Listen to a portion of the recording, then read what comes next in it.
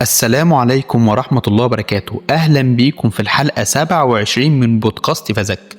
بصوا يا جماعة، احنا عدينا 27 يوم في الشهر الكريم. لازم نعرف ان رمضان مش مجرد شهر بنصوم فيه ونصلي التراويح ونحاول نبقى احسن من اللي كنا عليه وبعدين للأسف نرجع لحياتنا العادية زي ما كنا عليها بعد ما يخلص الشهر الكريم. لا يا جماعة، رمضان مش كده خالص. رمضان محطة تغيير، فرصة ربنا بيديها لك عشان تبدأ صفحة جديدة في حياتك، عشان تشحن قلبك بالإيمان والتقوى وتطلع منه إنسان مختلف وأحسن من اللي كنت عليه، وإنك جيت إنسان ناقل قلبي وأقرب لربنا سبحانه وتعالى. ربنا بيقول في القرآن الكريم، قال الله تعالى: يا أيها الذين آمنوا كتب عليكم الصيام كما كتب على الذين من قبلكم لعلكم تتقون.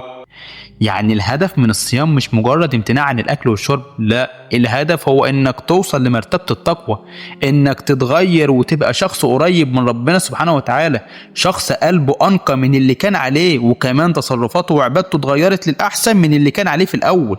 طيب هسألك سؤال، بعد 27 يوم في رمضان، هل حاسس إنك أقرب لربنا؟ هل حاسس إن قلبك بقى نقي كده وتغير للأحسن؟ هل حاسس ان عبادتك بقت احلى وافضل من الاول وبقيت منتظم في الطاعه والعباده لله سبحانه وتعالى؟ لو الاجابه بايوه فالحمد لله حمدا كثيرا طيبا مباركا فيه. كمل على كده وربنا يعينك ويثبتك. ولو لسه فانت عندك فرصه قبل ما الشهر يخلص، لسه عندك وقت انك تغير من نفسك وتبدا صفحه جديده وانت على نور من هدى ربنا سبحانه وتعالى. رمضان فرصه مش بتتعوض، رمضان بيجي مره واحده في السنه ومحدش ضامن هيكون موجود السنه الجايه ولا لا.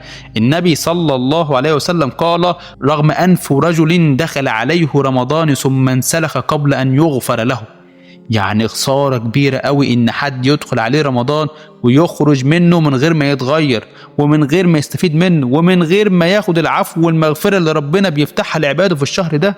طيب ازاي تخلي رمضان نقطة تحول في حياتك؟ اول حاجة، حافظ على علاقتك بربنا بعد رمضان. ما تخليش عبادتك تكون مربوطة بس برمضان، خلي عندك ورد يومي من القرآن، صلي قيام حتى لو ركعتين، حافظ على اذكارك وخليك دايما قريب من ربنا سبحانه وتعالى. تاني حاجة، استمر في الطاعات. رمضان علمك انك تقدر على كل الطاعات دي ومش صعب عليك ولا حاجة، علمك انك تسيب المعاصي وازاي تبعد عنها وكمان تحصن نفسك منها، وعلمك برضو انك تحافظ على الصلاة وانك تصوم وتعبد ربنا بإخلاص ويقين من قلبك. فليه بقى ترجع تاني للقديم؟ ثبت قلبك على الطاعات واستمر على كده. تالت حاجة، حاسب نفسك، حاول كل فترة تراجع نفسك، هل انت ماشي كويس؟ هل بعدت عن اللي كنت بتعمله قبل رمضان؟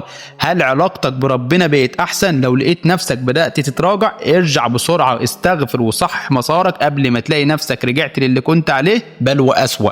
رابع حاجة، الصحبة الصالحة. خد بالك من أصحابك بعد رمضان، خليك مع الناس اللي بتقربك من ربنا سبحانه وتعالى، خليك مع أصحابك اللي بتذكرك لما تنسى وتشدك للطاعة لما تكسل. واخيرا قبل ما ننهي حلقتنا النهارده، عايز اقول لكم ان رمضان مش مجرد شهر بيعدي، رمضان محطة تغيير. يا اما تخرج منه انسان جديد قريب من ربنا ونقي من جواك، يا اما يكون مجرد ذكرى ويضيع منك زي ما ضاع من ناس قبلك. الموضوع يرجع لك في الاخر، فاختار نفسك انت هتكون مين بعد رمضان. اللهم اجعل رمضان نقطة تحول في حياتنا، واجعلنا من الذين يغيرون أنفسهم للأفضل في هذا الشهر الكريم، وثبتنا من بعده واجعلنا من المقبولين، آمين يا رب العالمين. شارك الحلقة دي مع أصحابك وأهلك، يمكن تكون سبب في إن حد ياخد الخطوة الأولى في إنه يتغير وتكون ليك صدقة جارية بإذن الله. وبفكرك وبأكد عليك إن الدال على الخير كفاعله. دمتم في رعاية الله، أشوفكم في الحلقة الجاية بإذن الله. كان معكم أحمد رفعت من بودكاست فذكر، والسلام عليكم ورحمة الله وبركاته.